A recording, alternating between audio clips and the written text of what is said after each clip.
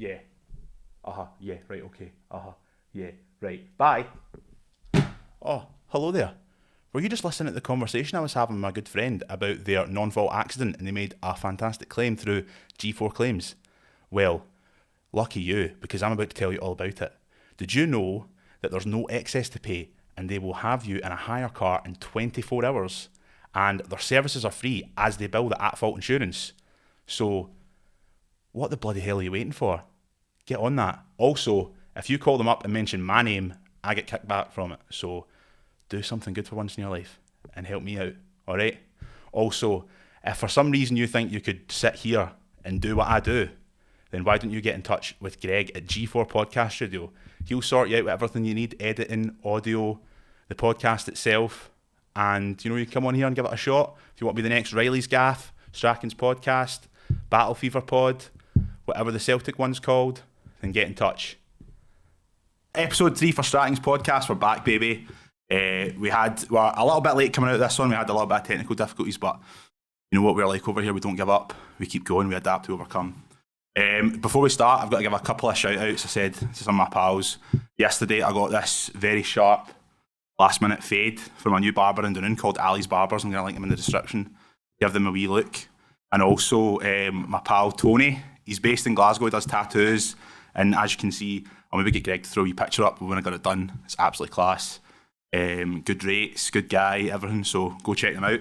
But speaking of just like generally looking good and all that, across from me I've got Greg sitting there. Yeah, Greg too, actually. To be fair, I feel a little bit in the pecking order where I'm sitting, but it's what it is. But no, we've got the main man, Ally McCoist here. How you doing, mate?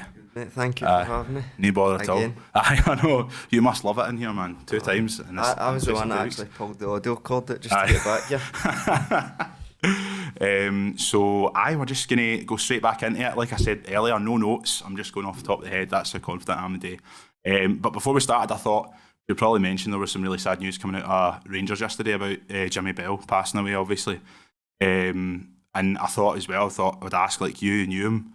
And we didn't actually talk about him when we did the last one, which was a bit of an oversight from myself. But do you have any like fond memories and stories about him?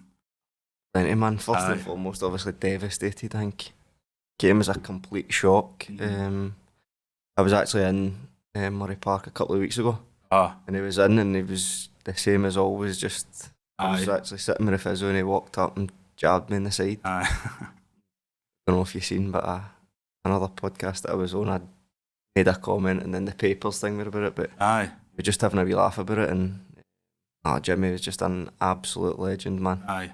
He's obviously his job title was a kit man, but he was much more to the football club, and he'll be a huge loss. Even Murray Park, Ibrox, everywhere. Yeah, but just one of those guys. I think if you've ever met him, you'll understand. But like I said before, was when I first moved up to the first team changing room.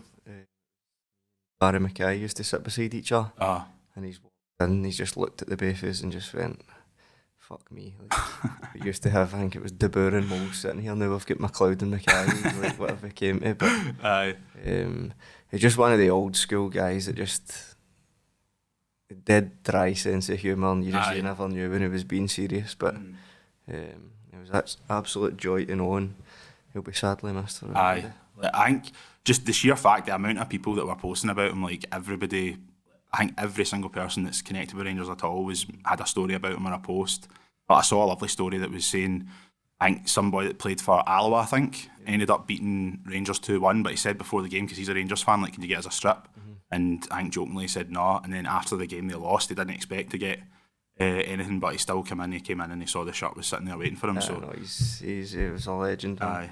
Actually, when I was in Murray Park last week, it was Ryan, who's one of the security guards. He's probably one of the only ones that's still there for when I was there. He says that any time that you come up, just mention that you're going to see Jimmy. He's like, that's your ticket to get in here.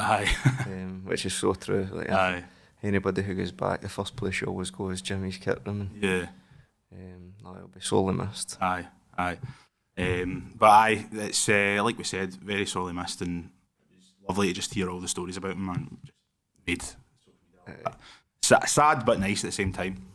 But we'll get cracking on with it now, mate. So last time when we talked, I'll probably having to say this all the time. Last time you said this, and last time you said that. But we started off just talking about how you get into Rangers, and like when you were younger, did you really feel like you were maybe better than the people that you were playing around at the time before you moved in? No, I never. I was obviously very young when I first joined Rangers. I used to play quite locally here actually with a boys' club called New Men's Hammers. That's where I kind of played for maybe like 7-year-old up until like 9, 10. And then it was Livingston that actually picked us up. It was I must have only been there for a couple of months. And one of the coaches at Livingston at the time was actually, I'm pretty sure he was going to Rangers. I say before, I couldn't remember his name for the life of me. And he asked a couple of the boys if they wanted to come through and just basically go on trial.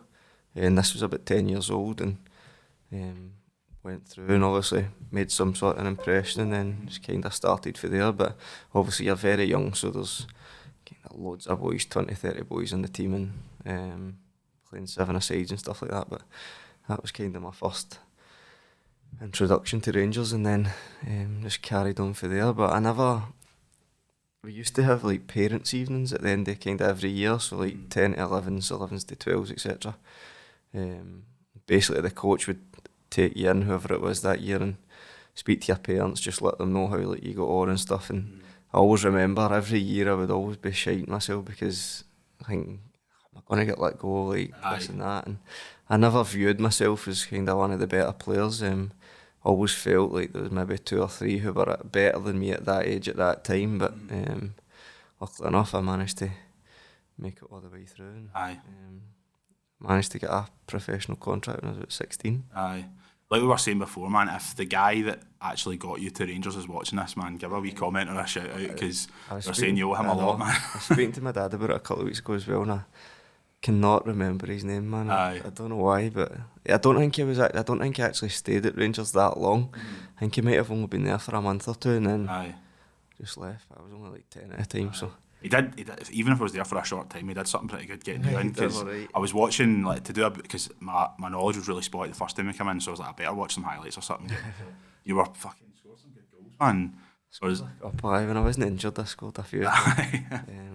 Too many injuries, but we'd get to that, I'm sure. I know. But no, I thought it was funny we should mention that.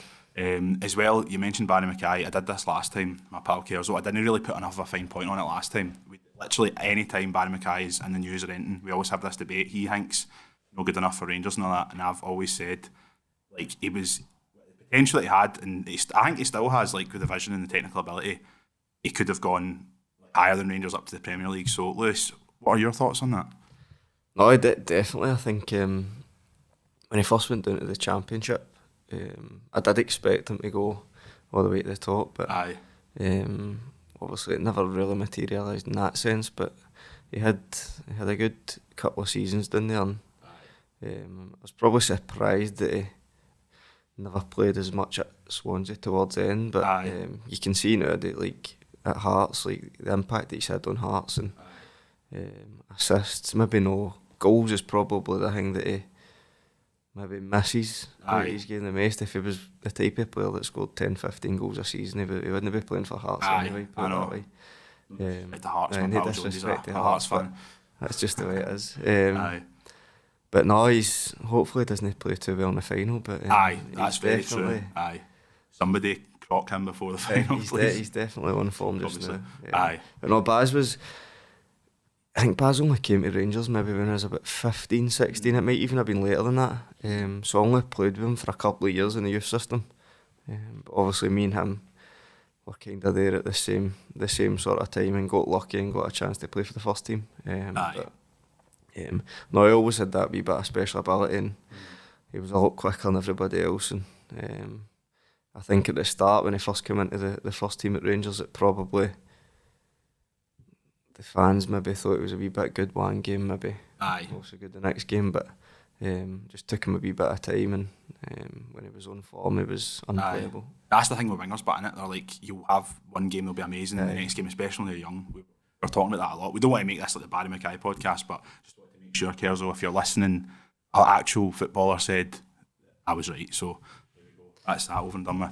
But I know I was wanting to talk about a little bit more about your spell at Rangers, because we kind of ended up. I mean, we still had a good conversation last time. We kind of glossed. I know we kind of glossed over that a little bit, but so I remember you saying that when you first came into the team, because obviously most people remember for you playing that game. What was the first game? Was it Brecon away? Yeah, and then the football. You got stuck in the hedge. I remember watching that game. But you actually were kind of in and about the first team season before.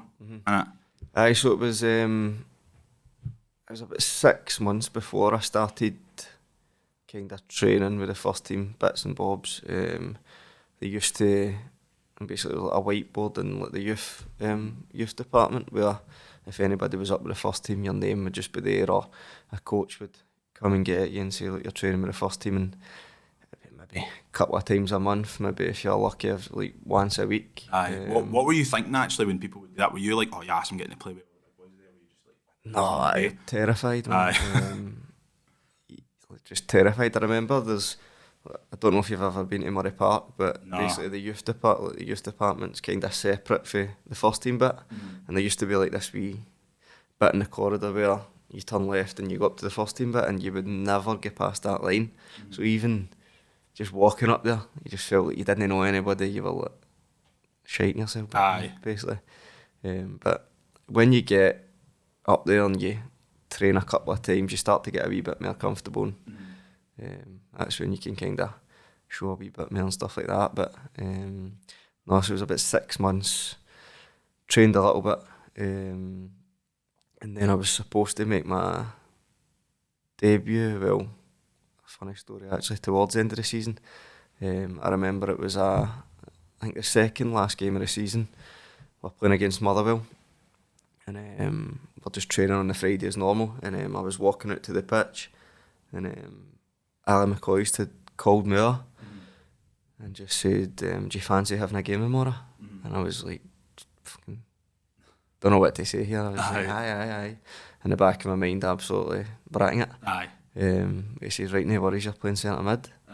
So I'm going through that full session thinking, oh my God, I'm glad we're starting tomorrow for Rangers first team. And this was when they were still in the SPL.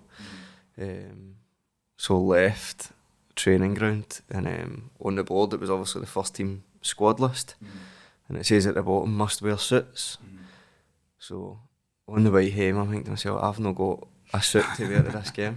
I think I had a silver top man suit that I wore to when you leave school. It was absolutely terrible. You should have just rocked up in that, man.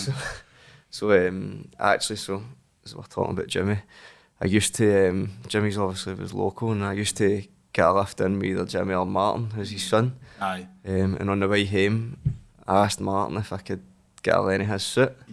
And Martin Bell, if you don't know, he's about 5'7". I was going to say, I've seen pictures of Jimmy. So. Absolutely solid. Nothing like the way I was built at that time. I was a skinny rake. So Martin's like, yeah, you can use my suit, no worries. So I took the suit home. His waist was like a 34, 36 or something. His jacket was absolutely massive. So there was me Saturday morning going to the Rangers first team game on the bus, holding up my trousers and suit jacket. It was far too big. But anyway, you get to the game on the Saturday, and I wasn't playing. They played Sasa Papac in centre mid, and I don't know if it was a bit of relief because the full night I couldn't sleep. But I was on the bench, and unfortunately I never got on. But we won the game that day, so it was a good feeling just to be involved and kind of coming through the youth system, obviously. Being a Rangers fan as well, actually getting to that stage and just being in the changing room with all the players that you kind of idolise. Was it at Ibrox that game? No, it was at Fir Park. Oh, right. At Fir Park, I can't remember. It was a late, I think it was 1 each, and we scored, it might have been Lee McCulloch, scored late on to win the game, but it was a great experience. And I was supposed to actually be involved in the game the week after, and ended up being ill with something, and I missed it. But it was a great experience, obviously. Being a young boy coming through and kind of hoping for that moment, and thankfully it came the season after, but obviously not in ideal circumstances, but it was good to be involved at that age. Definitely. Actually, I don't think we talked about this either, the last one, but I would probably be, because it was just before the liquidation, everything happened. Like, what was that like being in Rangers at that time? You must have been like so confused about what was going on.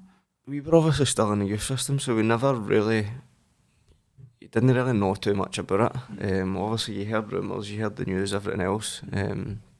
I was in Magaluf on a boys' holiday, like when you leave school for 2 weeks. Never go to Macleod for 2 weeks. It was murder, man. Aye, that does sound like after a week you'd probably be done in, man. It was murder. And I actually found out the news broke when I was over there. And they were back to training. I think it was the Monday, so I get back on like the Friday, and we were back to training on the Monday. And I got a call saying like they're going to be in training like with the first team on the Monday morning. So like full weekend, I just slept in my bed, and Monday morning we were doing the bleep test, and it was not what you needed after 2 weeks in Magaluf.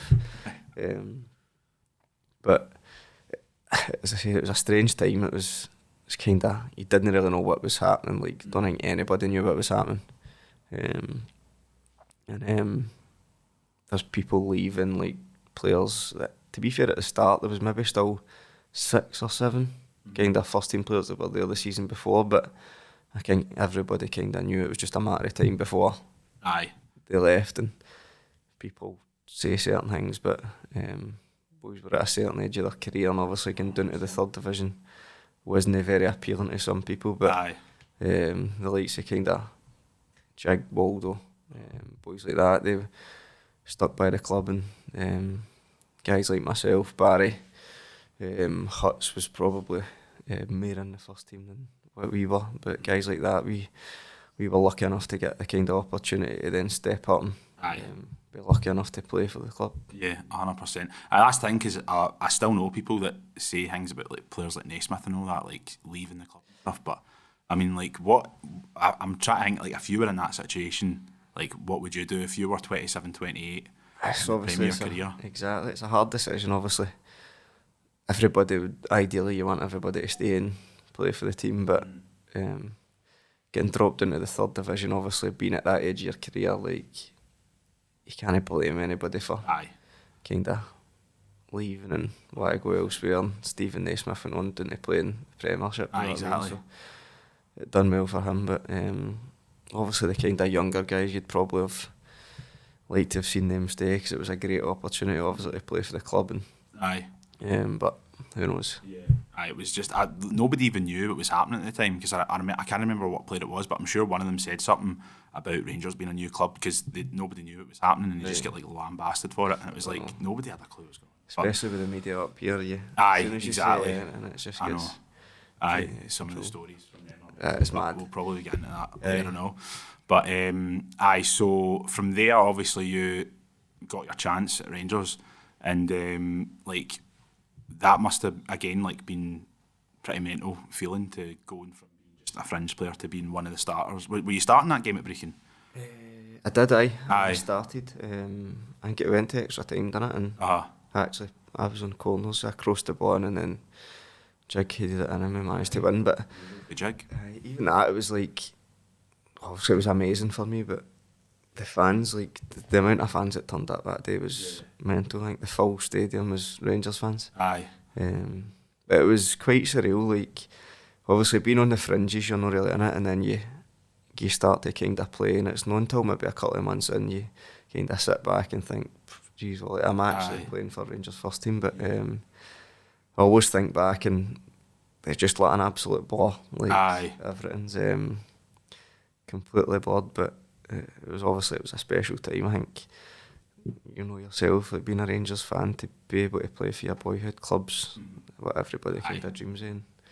I was lucky enough to do it, but they were tough games. Like third division, second division, first division, every single game was cup final for the teams that you're playing against. You know what I mean? Even you probably look back at the squad that we had at that time, and they're great. Nobody's denying that. Do you know what I mean? But everybody was there, and everybody was fully committed. But at the same time, it were tough games to go into, even though you were playing against teams who are much less well equipped than what Rangers are.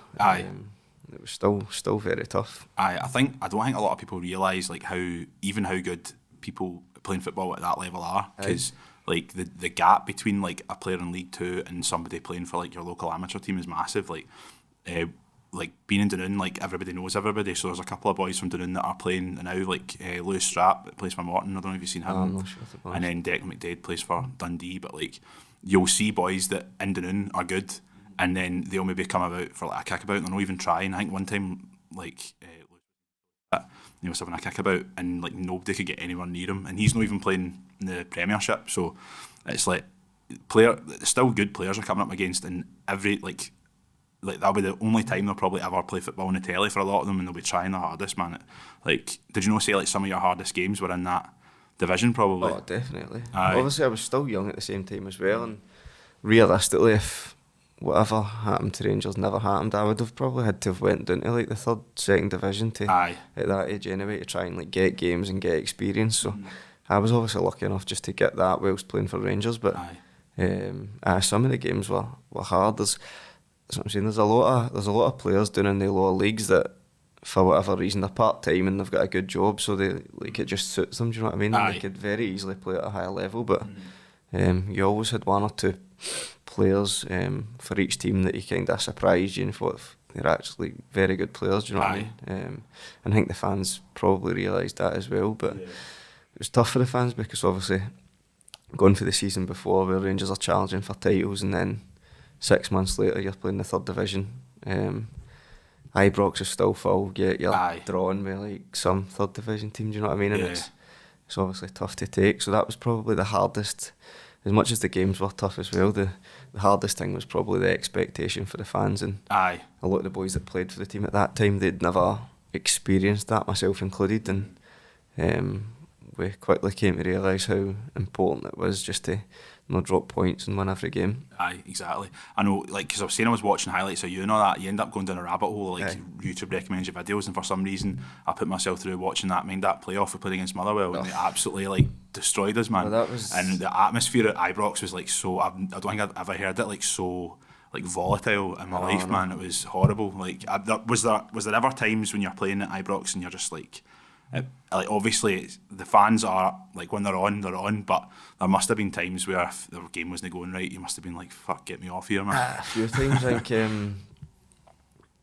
obviously at that time you'd get most games like Ibrox would be full, but then if you had the kind of odd time where it was maybe like a cup game on like a Wednesday night or something, you'd have like 25,000-30,000, and I know it's not much of a difference, but when it's that, you can hear absolutely every shout. And it's not ideal if you make a bad pass or you have a bad touch and you can hear 30 guys shouting at you from the stand. But did you ever get any good insults thrown at you from the stand, any that stand out? Oh, fucking, there's too many. Couldn't remember off the top of my head. But probably want to block all that out. But. Exactly. Well, you try your best to. But mentioning that Motherwell game, actually, Bilal Mosny, was that another one? He tried to crack somebody. Because that was another one. When I was watching the highlights, used to linked up a couple of times. Wasn't he? And for goals and that. See, to be honest, he was one of the nicest guys I've ever played with. Like off the pitch, he was so nice. But as soon as he went on the pitch, he was just a loose cannon. Like stayed away from him in training as well. He was one of those people, but like one of those players, like he would either do something amazing or just something horrendous. Like you never knew you were going to get. He was a decent player for us, but he just. Like for a centre back, he was like pretty technically good and all that. I'm sure when he was down south, he used to play left mid, and some of the stories hear about it. Actually, one of the boys that I played with at Brentford, I'm sure it was Bentley, the goalkeeper. I'm sure it was Swindon Bilal played with or something. And he heard about obviously that thing that happened with Motherwell, and he said it was the exact same story. It was one game that somebody annoyed him out, and he chased him off with scissors at the end of the game. Like, just, you don't do it, do you know what I mean? And another game, I think he was going for a flight back home and just said to the gaffer, like, I need to come off. Just walked off the pitch and just left. Like, he just don't know what went through his head, but he was. Funny, man. Where'd you even get scissors at a football game? Is he bringing them in with him? The physio room, but they're blunt at them, so I don't know what he plans on tickling him or something. That's brilliant, man. But another character I wanted to get into as well was Ally McCoist. Obviously, you played with him for a long time. And we were talking about, obviously, as well, like how the perception of him as a manager is not very good looking back. But I actually think he was probably like the perfect guy to be in charge at that time. Probably underappreciated for what he Aye. actually had done as well. I think at that time it was such a hard job. Not just taking the team on the park and sorting things out, but off the park as well, dealing with the board and dealing with everything that was going on then. Aye. Dealing with the media, it was a massive job to take on, and to be honest, I think how he handled it was brilliant. But Yeah. obviously came under a wee bit of stick, as any manager does when Yeah. results don't go your way. But Aye. just as a character, he was huge. I think you see him on TV and interviews and stuff like that, he's hilarious. But Aye. especially round the pitch, he was respected with everybody, and you knew when it came game day, he was fully at it and expected us to win every game. And Aye. he was a good guy to kind of learn under, and obviously owe him a lot because he gave me my debut and Aye. seemed to like me and played me quite a lot. So. Aye, that was good. But I was like some player as well, obviously as well. So like Even in training and stuff, aye. like, he used to, I don't know what age the gaffer would have been when he was training with us, but young anyway. we played like small-sided games, and he used to play Old V Young on a Friday, and he'd obviously been the old team, and Aye. we used to get battered every week. He would score 7-8 goals, Aye. just on it 6 yards for a goal and tap it in every 3 minutes. What I heard about him as well, I think it might have been on when you were on open goal, was apparently he was like really strong as well. He doesn't look it, but Aye, really the strong bull, on the ball and that. that's Aye. Call him the Bill, I'm sure. Aye. Or he used to call himself, I can't remember what it was, but I could yeah, imagine he's him calling absolutely himself. solid.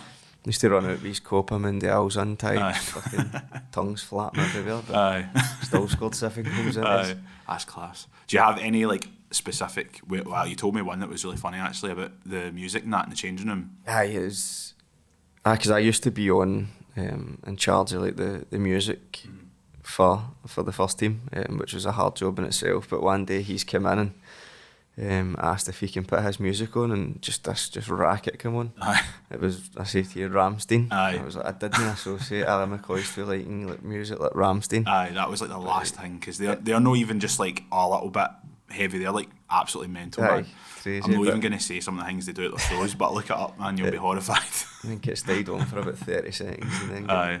cut off. But aye, just never thought he would like music like that. Aye, that's funny, man. But the other thing that we talked about as well, and this is where we started to kind of go down the mental health kind of route, was when you're playing at Rangers, obviously, I know, because I've spent many a time in a comment section on a draw or a loss, fighting with Rangers fans about players and managers and that.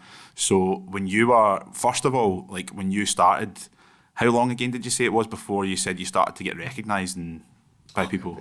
It's quite a while, to be fair. It probably maybe later on in the first season, like maybe a couple of months to go, going into like the second season.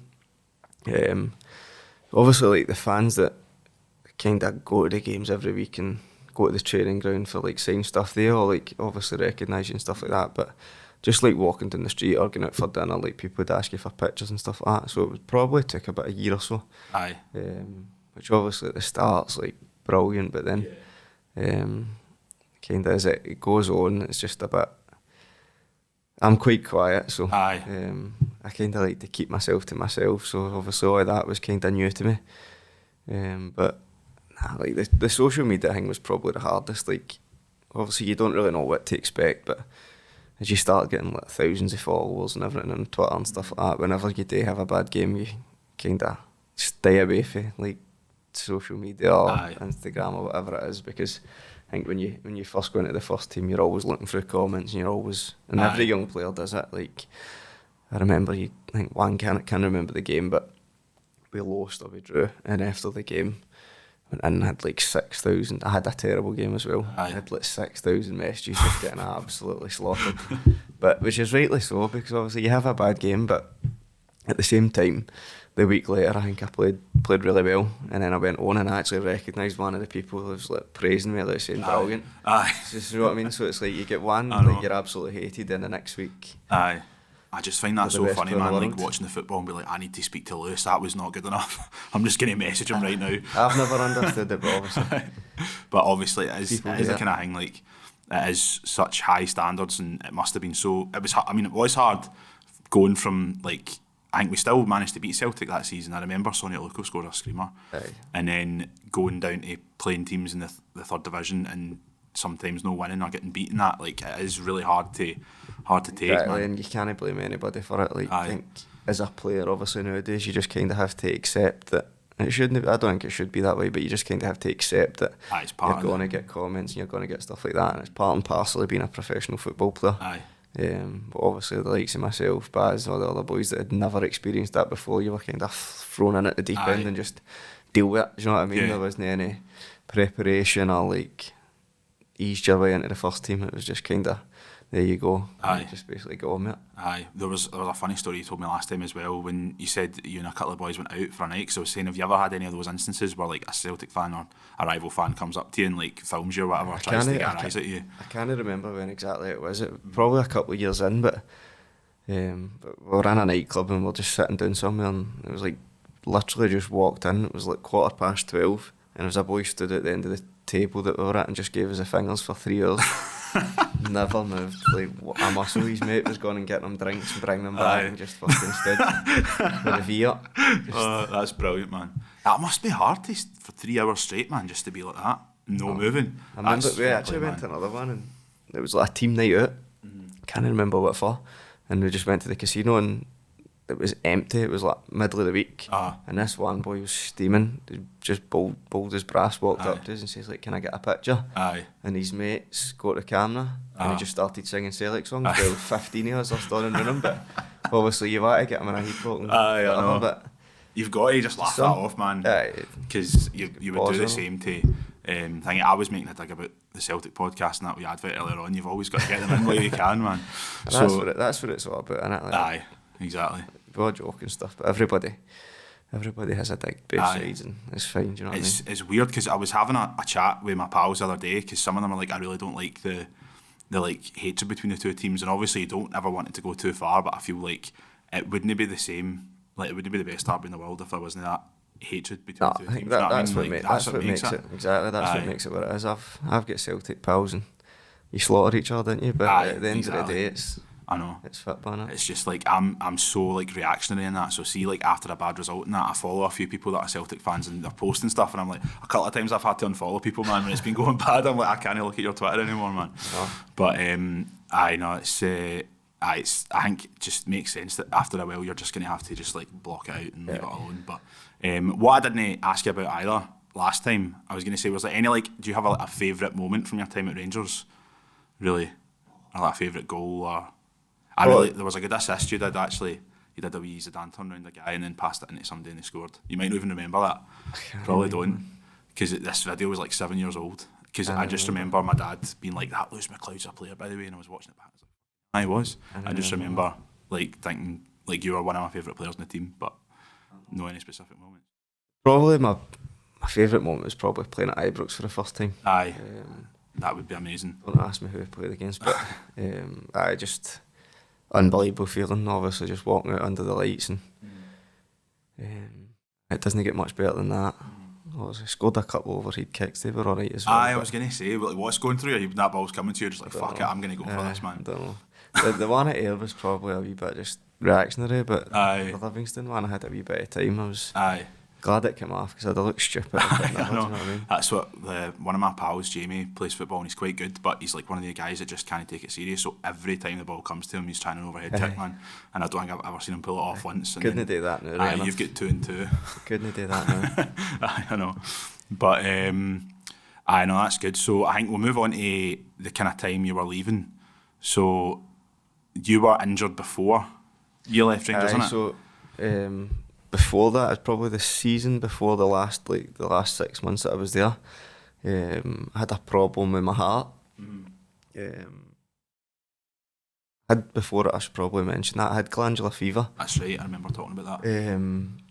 And basically I had like 3 or 4 days off training, which is not a lot if you've had glandular fever. And then I went back training and back to playing games. The gaffer was like, "I need you back," and obviously I felt alright at the time, but back playing games, and a couple of weeks had passed, and I just in training I started feeling dead unfit. But like I kind of just associated it with the fact that I wasn't well for like a couple of days, and kind of put it to the back of my mind and tried to go on with it. But the weeks passed and just never really shifted.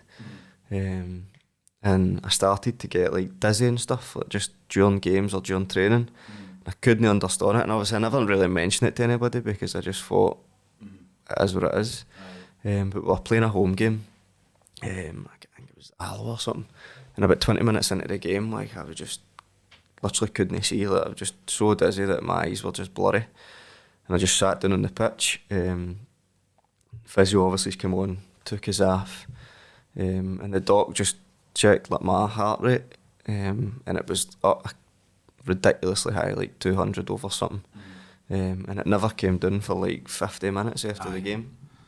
So I had kind of loads of tests, blood tests and everything else, and ended up going down to, it was in Cheshire it was like a heart hospital down there, and had like basically like a scan to inject dye into your veins and just basically see the dye getting pumped in your kind of body with your heart.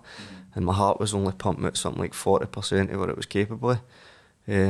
So at that time, obviously, I stopped playing football. I had about 6 months out, just done absolutely nothing.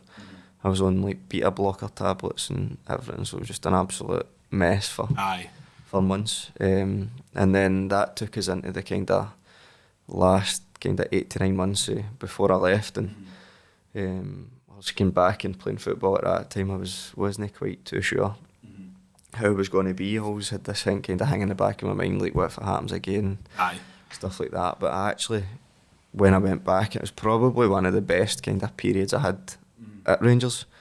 Playing every week and feeling good, to be fair. And that was when there was a lot of kind of talk about people being interested and stuff like that. And I think at the same time I was called up to the Scotland squad. We're playing Ireland and England. They're playing at Celtic Park because I think Hampden was I remember there was a time at the time. So that I was doing really well at that time, and everything just seemed to be going great. And playing Alloa away from home, I think it was a cup game. And how like little teams there are in leagues, man. I think we've mentioned Alloa like 4 times. I know. Played them about 100 times, man. But I'm playing them away from home, and about 30 minutes into the game, I've just gone to sprint for a ball and just felt my hamstring, and straight away I knew it wasn't good. Basically, come off. We ended up losing the game. We were leading 2-1 as well, but ended up losing the game. And I remember that game actually. 3-2, I think it was. Horrible. They scored in like the last minutes too. A horrible journey home, and I think we get back to Murray Park and there was fans waiting outside the training ground, just absolutely slaughtering us, rightly so as well. But get back, go to scans and stuff like that, and then I kind of split my tendon in two. It was like the high hamstring tendon. So then I was just trying to get back fit, and the kind of still people that were interested in me, but obviously I was injured, so I had no intention of kind of leaving or whatever. I actually had my head fixed on the first time that we played Celtic. It was the end of January. So that was like my kind of aim, to get back fit for that game. And then I remember it was literally the 1st of January, my agent had phoned me and just says like, Rangers have accepted a bid for Brentford for £1 million. Like, I think you need to go and speak to the manager and grab your stuff because they're expecting you down there tomorrow. And I don't know if you remember, but it was round about the time that Ally McCoist was put on gardening leave. So he wasn't even the manager at the time. Coach had took over. Kenny McDowell on it, I think. Aye. Kenny McDowell. And I remember getting into the office and just saying to him, like, look, I've accepted a bid for me, and I don't know if I don't want to say he never knew, but he just kind of looked a wee bit alright, and kind of that was it. And literally in the space of 24 hours I was away and saying bye to everybody, and I was down in London. It was just not something that I didn't expect, obviously, in general, but I just never expected because of the injury. And then obviously went down there, and that started a couple of years of just hell, man. I know, we're going to get into that in a minute, but it must have been encouraging for you at the time, but that they had that much faith in you, because they paid a lot of money for you, and you were injured, and they still wanted you. I know, It shows how good you were playing at the time. I think at the time as well, Brentford were obviously, they were in League One League One, they just come up to the Championship, so it was like the second half of like their first season in the Championship, and they'd never spent anywhere near that on a player, so for the fact that they spent that amount of money, and obviously I was injured at the same time, going down there I felt like I owed the club a lot as well, because they put a lot of faith in me, and the manager did as well. But as I said, it was the start of a long road, but it was tough. Obviously Mark Warburton was the coach that signed me down there, and then I think 4 months later he was up at Rangers. I know. It was no ideal.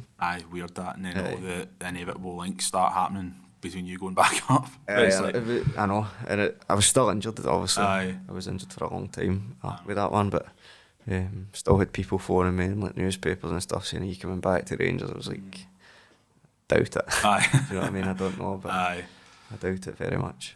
But we can go into now, because obviously that time at Brentford, unfortunately, there was a lot of time sitting in the sidelines and that, not really playing. So, because I wanted to get into like how that was for you, like mentally, because I think people don't really think about it. Like when a player's injured, like it's just like they're not really in the forefront of your mind, because you're just thinking about the game and that. But like, how was that for you every day, like coming to training and not getting to play? It was hard. Like at the start, it's obviously just frustrating, because if you've been injured for maybe a month, 2 months, you've still got that kind of buzz to get back and play and stuff like that. But obviously, when I was at Rangers, my aim was to be fit for the end of January. So signing for Brentford at the start of January, I was thinking to myself, right, brilliant, I'm going to be fit in 4 to 6 weeks, and it's fine, I can crack on. But the weeks passed and kind of wasn't making any progress. And I remember it was maybe 2 or 3 weeks after I'd signed, we just had a new physio at Brentford as well, and he's took us out on the grass and just done like straight line running. And the bit of grass that he took me on wasn't the best, and there was like a big divot.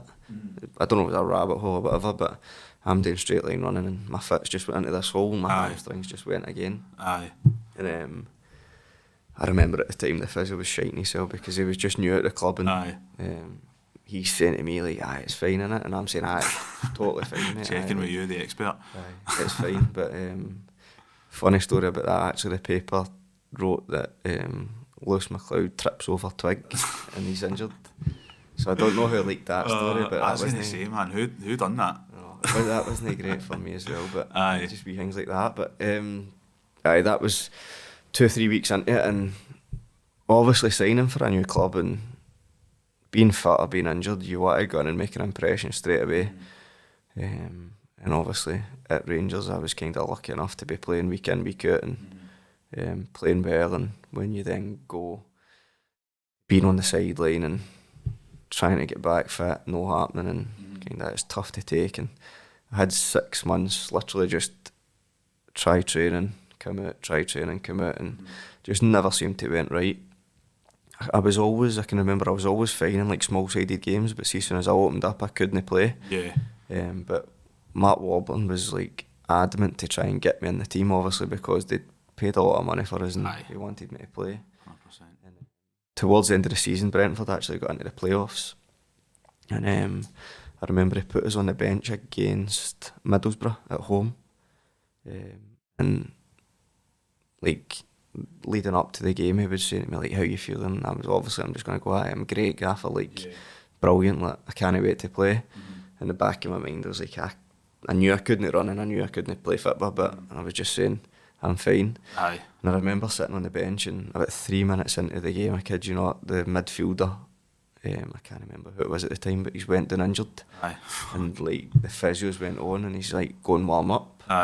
And I'm like, no chance, man. I was like, I'm going to make my debut for Brentford. I can't run, I can't kick the ball, and I'm going to come on after 3 minutes. And that was probably the start of when I found it quite difficult, because I knew myself that I was nowhere near fit, but I was still kind of lying to myself to try and help the gaffer or get back fit, and kind of learned quite quickly that wasn't the way to go. But that was only 6 months into the kind of my time at Brentford, and Aye. I was injured for another year and a half after that. So Aye. it was probably two years of just nothing happening, and Aye. it was really hard to take. I think looking back now, probably people talk about depression and stuff like that. I probably was depressed, but I just never really knew what it was at the time, Aye. or knew how to explain it. Yeah.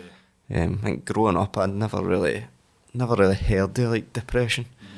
It wasn't something that was very spoken about much. It's not until the last couple of years that it seems to be people are open to talking about it a wee bit more and stuff like that. Aye. But looking back, I definitely wasn't in a good place. But it's just hard to explain. Obviously, if you've never kind of played football before, it's hard to understand how being injured can have that much an effect on your kind of mental health. A lot of people, like even my mates, would say it is like, you're still getting paid, but aren't you? And it's like, you're still getting paid, but what are you going to do with the money if I just get to sit in the house all day? I would give up the wage to be able to play football. Do you know what I mean? 100%.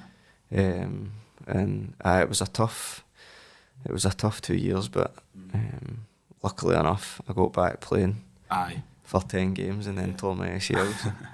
Aye, because I That's was saying it kind of reminds me of, like, I've mentioned it before, like I've had a recurring injury with my foot and like been on a journey to try and lose weight and that, and like it seems like every time I'm like on a really good track I just injure myself again, and it's so frustrating, man. Like it's like I've genuinely been close to like greeting at times, like it's that frustrating, and like, I can imagine it's just like 10 times worse being a football player. No, like obviously the hamstring injury, I had that hang in my head where I want to get back fit and I want to make an impression on the team, and that, as much as it was 18 months, 2 years, I did get through it, but at the same time it was tough. The second injury, which I just mentioned there, I got back playing at the start of the season and I'd played, I think, 10 games, had like 4 assists and like 2 goals or something. I was absolutely flying, and I couldn't believe it, because obviously the previous 2 years that I had, it was depressing. Like,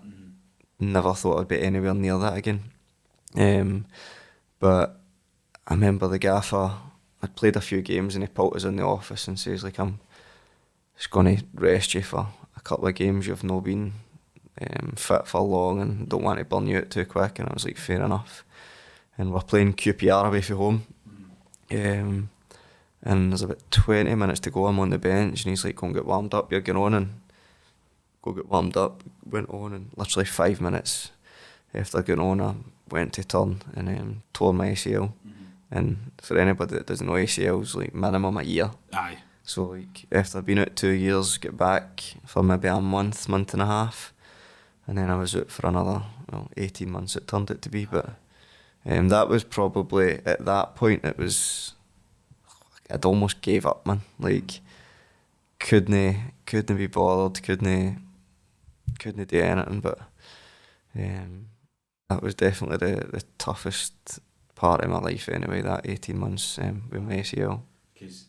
That's a different injury to the previous one, isn't it? Aye, it was the same side, so obviously when you get injuries somewhere, that you tend to overcompensate if something's weak and whatnot.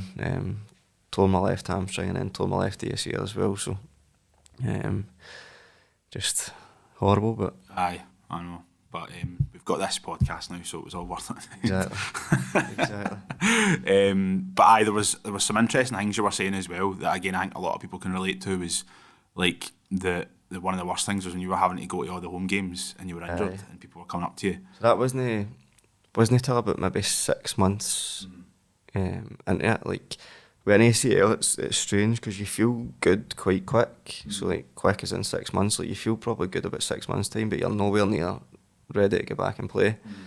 So like I'm obviously watching my teammates go to train every day and I'm sitting in the physio room, and then on a Saturday they're going to the game, and every injured player had to go into training in the morning and then go and watch the game in the afternoon. And after about maybe 5-6 months, like I started getting real anxiety about actually going to the games, because it felt like 3 years, but everybody would always ask, like, when you're back fit, like, how you feeling? And at the time, I'd be like, I'll be back, like, a couple of weeks, like, in the back of my mind, I'm thinking, I've not got a fucking clue, mate, when I'm going to be back fit, do you know what I mean?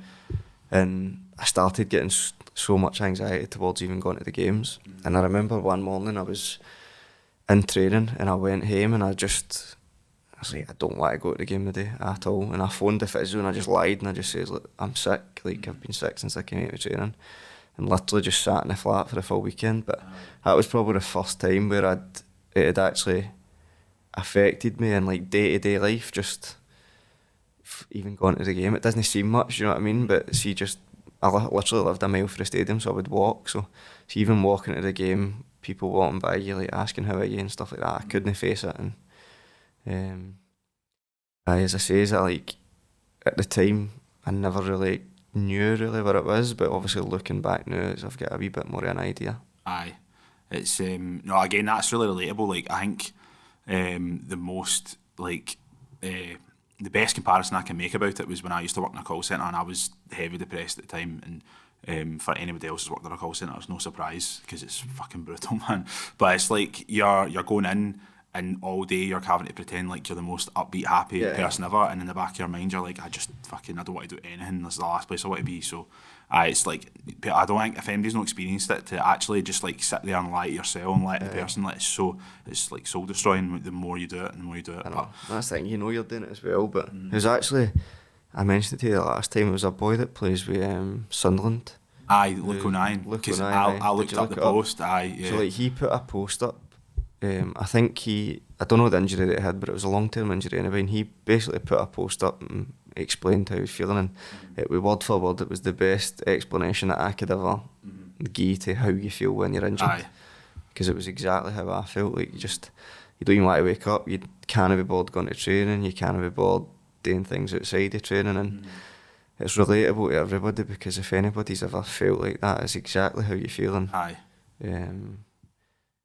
Time, I just tried to kind of break things down into like a week or a couple of days, like try and set myself wee targets, and that was kind of how I tried to get myself through it at the time. Because I think a lot of people, when they struggle with mental health, they always think at first like that they're the only person that feels this way, and then you realise actually pretty much everybody has thoughts like that at least at some point. So I found the hardest thing I found was kind of looking at the long term, because obviously when you know you've tore your ACL, you know you're out for a year, so I was constantly just sitting there thinking, I've got to sit here for a year, like I'll just put it off, and it wasn't until it was actually a sleep coach. So we had a sleep coach at Brentford, which you don't normally get, but sat down and spoke with her a few times, because obviously I wasn't sleeping, I was staying up to 3 in the morning watching telly, playing Call of Duty, whatever it was.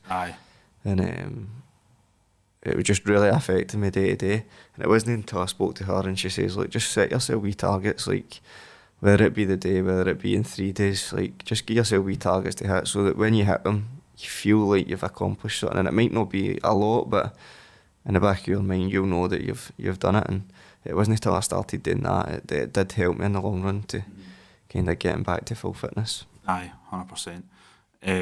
But I think the other thing that I thought that you mentioned that was really good was, like, I can't mind who you spoke to.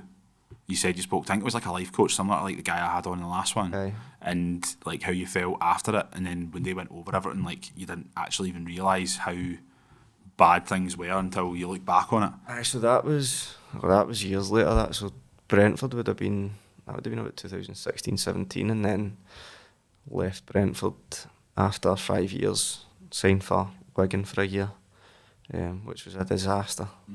Obviously left Brentford. Brentford actually gave me an offer to sign for another year, which like more money that I was on and everything. Brentford were amazing with me, by the way. The owner at Brentford, when I tore my ACL, gave me another year extension because my contract was running out, and he didn't need to do that. But he did, and I'll be forever grateful for it. But Brentford actually offered me the opportunity to stay for another year, but at that point I hadn't played football for like 18 months, and I was in and out of the team when I got back, so in my mind I just wanted to play football. I wanted to go anywhere where I would play games, and I got the call for Wigan, and the manager basically says, come up, you'll play for me every week. Obviously in football you're not guaranteed to play every week, but even just the opportunity, like a fair crack at the whip. Do you know what I mean? So obviously went there with full intentions of getting stuck in and having a good go at playing, and never played. I ended up falling out with him after like 6 weeks or something, and the full season was just a disaster. But that was the season after Brentford, and then I signed for Plymouth. And 2 months into the season with Plymouth, I injured my knee, which is the knee that I'm currently out injured with. And I never knew until the end of the season that I needed surgery, so I played the rest of last season basically injured. I was hopeless, by the way.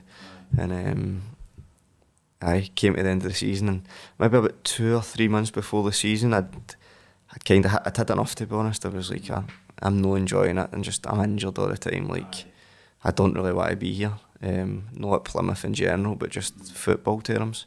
And I spoke to the manager, and basically said all that to him, and he says, look, let me put you in touch with somebody who, like, I've used myself before, and just have a wee talk with her, see how you feel after it. And I was perfect, like, probably something that I need. And I spoke to her. She was a lovely woman, and it was literally just over a phone call. She says, all I want you to do is just talk me through your life from 16 when you first started playing professional football up until I would have been 26, 27. And talking her through it, I probably found myself opening up to much more things than I even thought about speaking about. And at the end of the conversation, she listed things as like, so if something had happened in your life that might cause sadness or depression or whatever, she would list it as a trauma. And at the end of the conversation, she'd listed, I think, 18 traumas or something. Can't remember what it was, but it was almost like 2 a year. And it wasn't until that point that I'd actually thought about, do you know what, there has quite went on. And obviously she spoke to me about it, and the relief that I felt after just speaking to her after it was mental. I still never changed my mind. I knew I wanted to take a wee bit of time away from football, but just having somebody reassure you that you're not just making it up in your head, or you're not just being a bit soft. Like, there is actual things that you can be sad or depressed or whatever about. And her just relaying that to me was such a weight off my shoulders. Because I think it's really important for anybody, and I think in football especially, because footballers have like so much influence in that. Like, because I remember when I first realised I had depression, I mentioned this before, it was like, I think Aaron Lennon ended up going to like some sort of mental health centre or something like that, and it was in the news. And then, like, at the time, I'd been feeling like for ages like I didn't want to do anything. And when I did do things I normally would enjoy, I just didn't enjoy them and that. And then I looked into it and I realised, like, oh, actually, I think this is maybe what's wrong. And then it actually kind of got me into that and found out about it. So I think when people like yourself or anybody else in football talks about it, it's like somebody that people respect or look up to speaking about something really important, and it actually can make them feel more normal about it. So, do you ever speak to anybody about it? Or? Gordon was the main one that I spoke to. That's how I got him on. For a long time, actually, I didn't. I kind of just did a lot of it myself. I went to the doctor and like was taking medication. I actually, that was really clever. You did a prompt, because we talked about this last time and I forgot. I went to the doctors and they referred me to somebody with like a counsellor or something, and basically it took me like a year to actually get seen by anybody, and they just basically gave me antidepressants, which weren't really working. And the guy that I went to see was a lovely guy, but it just wasn't working for me either. But I was just thinking to myself, like, imagine if I was like really bad and like suicidal or something, and it takes a whole year, like, I'd be long gone. Like, I think it's more down to like the NHS are like not get a lot of help in that. But it's like, even if these things were more like commonplace and like more accessible, like, I would have thought a lot earlier, I think I'll just go see somebody privately, because that's what I ended up doing with Gordon, and he was class. Like, it's like I would recommend to anybody, like, even if you don't have like mental health issues, man, like, going to see somebody, it 100%. Just adds so much more value to your life. Like stupid wee things like that I never would have, I take for granted all the time, like, I get pure grateful for now. It sounds like pure cheesy and that, but like literally just like if I'm out a walk with like one of my friends and their dogs and that, or like Like I've made a post on social media the other day, and I was with my best pal's wee boy, and we were just like having a laugh, and you could see how happy we were on the photo. I was like, actually nowadays, like I'll take a moment to realise like how lucky I am to be where I'm at. Like, we always do it. Everybody takes things for granted. And aye, it's not until you kind of try and change your mindset or speak to somebody and appreciate how grateful you should be for the things that you do have in your life. And aye, it's something that I definitely have realised now, having taken time away from football and just had a wee boy as well. So aye, even just the opportunity to spend time with him every day and spend time with my missus and stuff like that, it's these wee things that you maybe take for granted, even when you're playing football or you're working and you're spending a lot of time away from the house. And aye. all of these wee things are valuable and stuff that you won't forget. Aye, because I think like a lot of people would just look at the career you've had and think like, oh, it is a shame like what's happened, but you can now look back and think, well, I was really lucky to be able to play for the boyhood club that I grew up supporting and had all these experiences. And that's the thing as well. And being in football, like just touching on the mental health things and that, like you're so lucky because the support network you've got is amazing. Like you don't need to worry about going and finding somebody to speak to, or it's all there if you want it. Do you know what I mean? It's just in football, I probably don't think yet there's people would be willing enough to kind of go and speak about it if anybody was ever depressed or had feelings like that. But definitely the support network's there, and as I say, you're so lucky to be in that position, and I'm realising that now that I'm actually out of football. Just how much you have actually got on your at your feet. Do you know what I mean? That everything's there for you. Exactly. But no, it's. But we didn't really get to talk much about like playing at Brentford. Obviously, that's because you didn't get to play much at Brentford. But it is a shame because like there's still like I said, I was doing my research last night. There's still a few clips of you on YouTube and that playing, because it was like the short times that you actually did play, you still played well. No, I did play well, but the hardest thing for me leaving Rangers was obviously I touched on that. I played almost every week for Rangers, and then going to Brentford, being injured, no making an impact in the team. That was the hardest thing for me, because when I was fit, not that I expected to play, but I wanted to play every game. So if there was ever a game that I'm on the bench, which was quite a lot of the time towards the end of my time there, it was hard to take because I just wanted to play. And that was probably mentally the hardest thing for me. It was not being able to impact the team, and probably because I never felt like I was the same player after I left Rangers as well. I'd still always felt like the injuries held me back a wee bit. So that was always tough to take. But I had a few memorable moments at Brentford. I think I scored an equaliser against West Brom towards the end of the season, which helped us finish where we did. But still got good memories. But the club itself's a great club. It's just disappointing the way kind of my time went there. Yeah, I know. And I wanted to talk as well because looking back at that team that you had at Brentford, like people might not realise how good that team actually was. I know the team was. I remember the one season we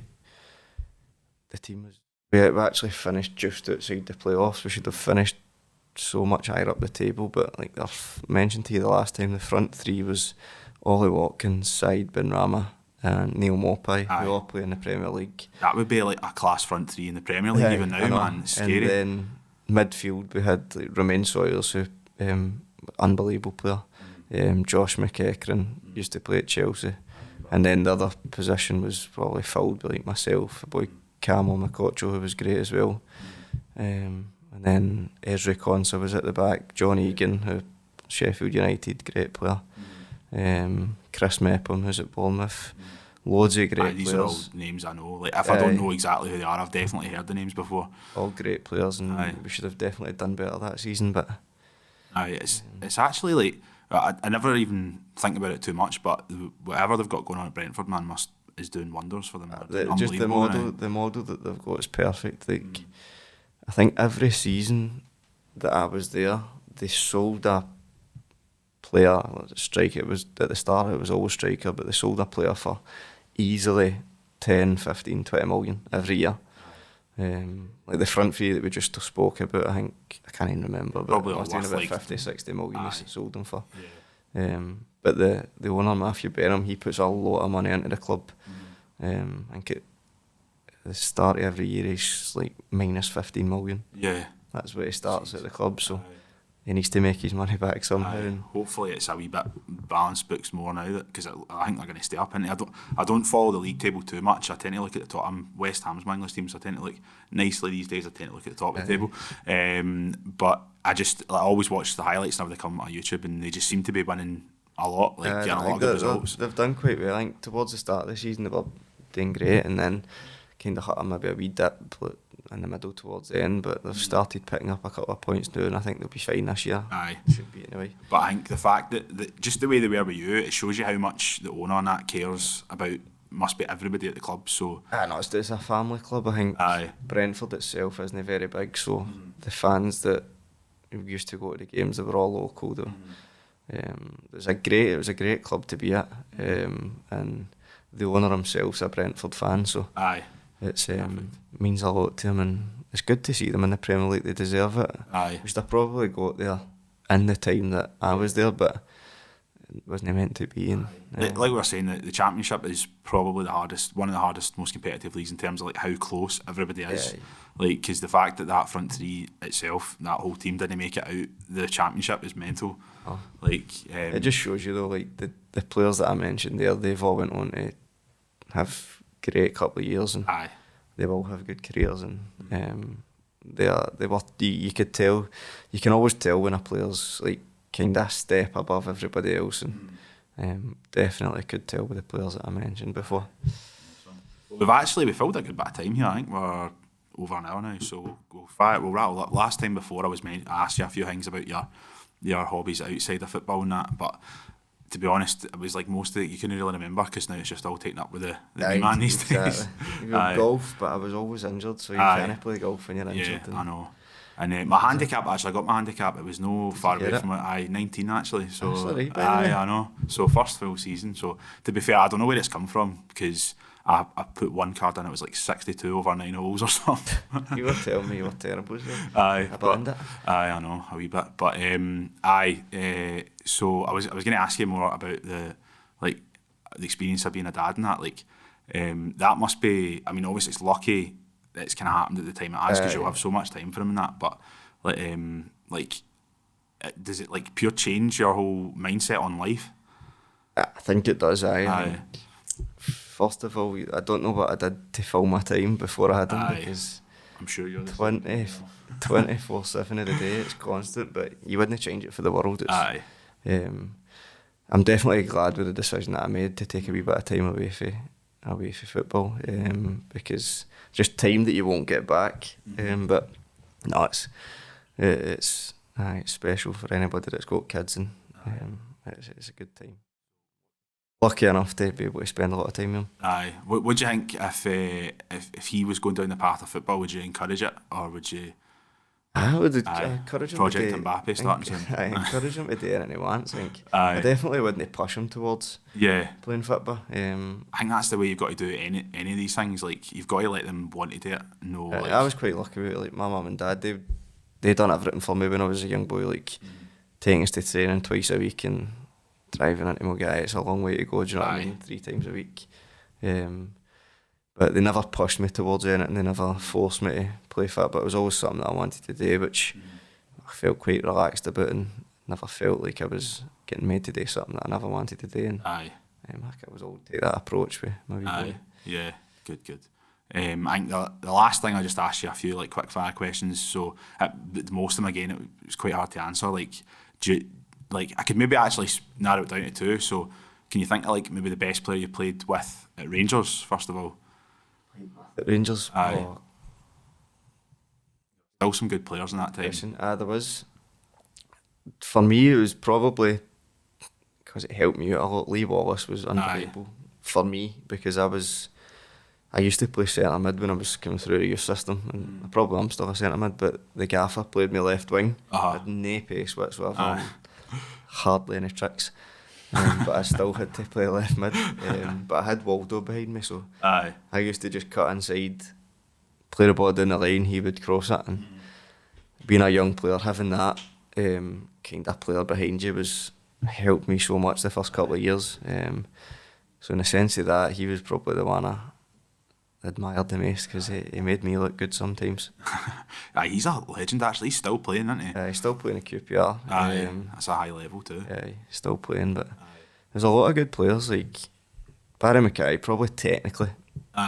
Baz was always unbelievable. Yeah. Just if you got him on the right day or not. I know. It's like, see the amount of good quality technical players that actually come out of that academy at Rangers, man. It's mental. Like yourself and Barry McKay, and then obviously later on, like you've seen some of the young boys coming. Barson, Billy Gilmore. That Alex Lowry as well. He looks like some great talent, player, man. by the way. Great player. Yeah. I'd like to see him get a wee bit more I'm hoping now chance. Obviously, the league's kind of over now. He might get more of a chance, but he looks like one of the players that, like, if you just give him the ball, he's going to do something. So it's good. Any wee bits I've seen him, he looks top class. So hopefully, he does get a wee run of games or a few sub appearances towards the end of the season. Fingers crossed. What about at Brentford as well? Brentford, probably the three names that I mentioned. Hard to beat them, to be honest. Ollie Watkins. A training point of view, Ollie was always, like, when he came in, as I say, you could always tell he was kind of a cut above the rest. But the amount of work that he put on off the pitch, like, he was in the gym every single day. Like, he would go home, he would do stuff at home, and he is one player that hard work gets you where you want to be, because he deserves everything he gets for how much work he's put in. But raw talent, the boys' side, Ben Rama was ridiculous, man. Like, in training, just would stay away from him because he'd hit the ball through your legs 3 or 4 times. But we did have a lot of good players when I played there. Yeah, nice one. But I've kept you for quite a while, mate. So you'll probably want to see the back of this building. I spent a lot of time in here. But the last wee thing that we did before, I don't know if you can remember. It's been 2 weeks. Do you mind? No, I told you my memories to I know. So you know what? We'll just patch it. But have we not got the one without nail? Well, you know what? We probably do somewhere. No, wait. What did I say? Trustworthy.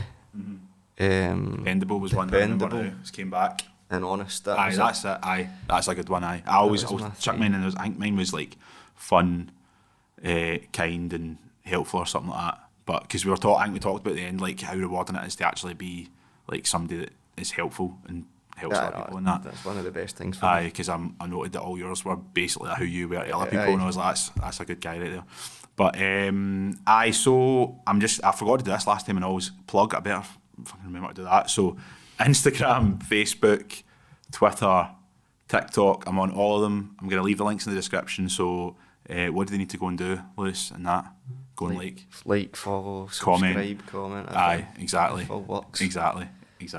But yeah, cheers for listening, troops. And again, thanks, Lewis, for coming in. Cheers, mate. And cheers for taking your time as well, Greg. All that time too. Cheers, troops. Thank you very much.